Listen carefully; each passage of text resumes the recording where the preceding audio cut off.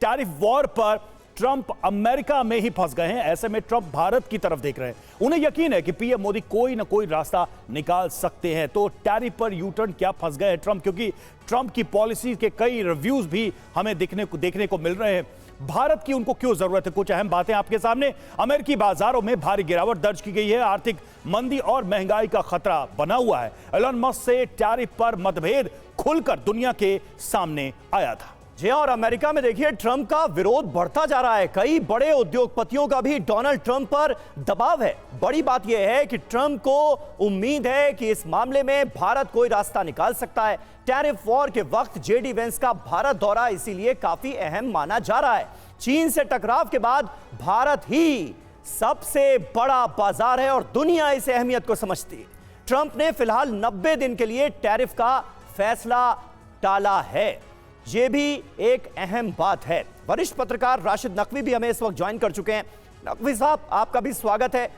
कैसे आप देखते हैं और टैरिफ वॉर के मद्देनजर भारत और अमेरिका का ये पारस्परिक सहयोग ये किस मुकाम पर पहुंचता हुआ नजर आ रहा है और इसका भारत को आने वाले वक्त में कितना फायदा होता आप देख रहे हैं? बिस्मिल्लाहिर्रहमानिर्रहीम। देखिए, दुनिया मफादात की जंग है और दुनिया का हर मुल्क अपने इंटरेस्ट और अपने मफाद के लिए तगोदो कर रहा है। इस तनाजुर में तो चाहे ट्रंप हो, चाहे मोदी जी हो, चाहे कोई और मुल्क हो, हर मुल्क का जो सरबराह है वो अपने मुल्क के इंटरेस्ट के लिए आंख पांव मार रहा है। तो इस तनाजुर में तो ट्रंप से आप और क्या तवक्को कर सकते हैं कि वो इस वक्त कर्जों में जकड़े हुए हैं। उनका अमेरिका का अपना इस वक्त जो बजट है वो खसारे का बजट है और खरबों के खसारे का है। खरबों का भी नहीं है, खरबों में है। और उन्होंने जो अपनी इलेक्शन कैंपेन में बड़े बड़े दावे किए थे वो दावे भी कहीं पे पूरे होते नजर नहीं आते। 3 बड़े दावे थे उनके। उन्होंने यूक्रेन जंग को, अभी हमारे कोई दोस्त बता रहे थे कि 24 घंटों के अंदर रोकना था। उन्होंने गजा की जंगबंदी को परमानेंट जंगबंदी में तब्दील करना था।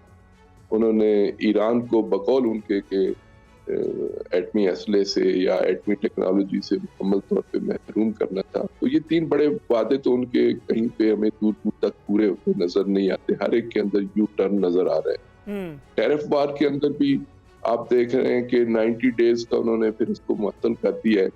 और अमेरिका इंडिया जो तिजारती ताल्लुकात की नौयत है उसमें ही इस वक्त देखना पड़ेगा कि जो खित्ते के अंदर ब्रिक्स के उस सूरत में या शंघाई ताउन की सूरत में कि जो एक नए इलाकाई इत्तेहाद बने हैं, अब इंडिया के लिए भी तो एक मुश्किल मरला होगा कि वो इलाकाई इत्तेहादों के साथ उसका रवैया कैसे रहता है, क्योंकि ब्रिक्स और शंघाई तो इस वक्त बिल्कुल एंटी अमेरिका मूव चलाएंगे और एंटी डॉलर या डी डॉलराइजेशन की जो बातें चल रही हैं। तो ये सारा मंजरनामा इस वक्त कोई अमेरिका के लिए और बिलखसूस डोनाल्ड ट्रंप के लिए कोई इतना खुशगवार नहीं है। उसको एक बहुत तंग और तारीख और एक कांटेदार सफर को अबूर करना होगा, इस रास्ते को अबूर करना होगा।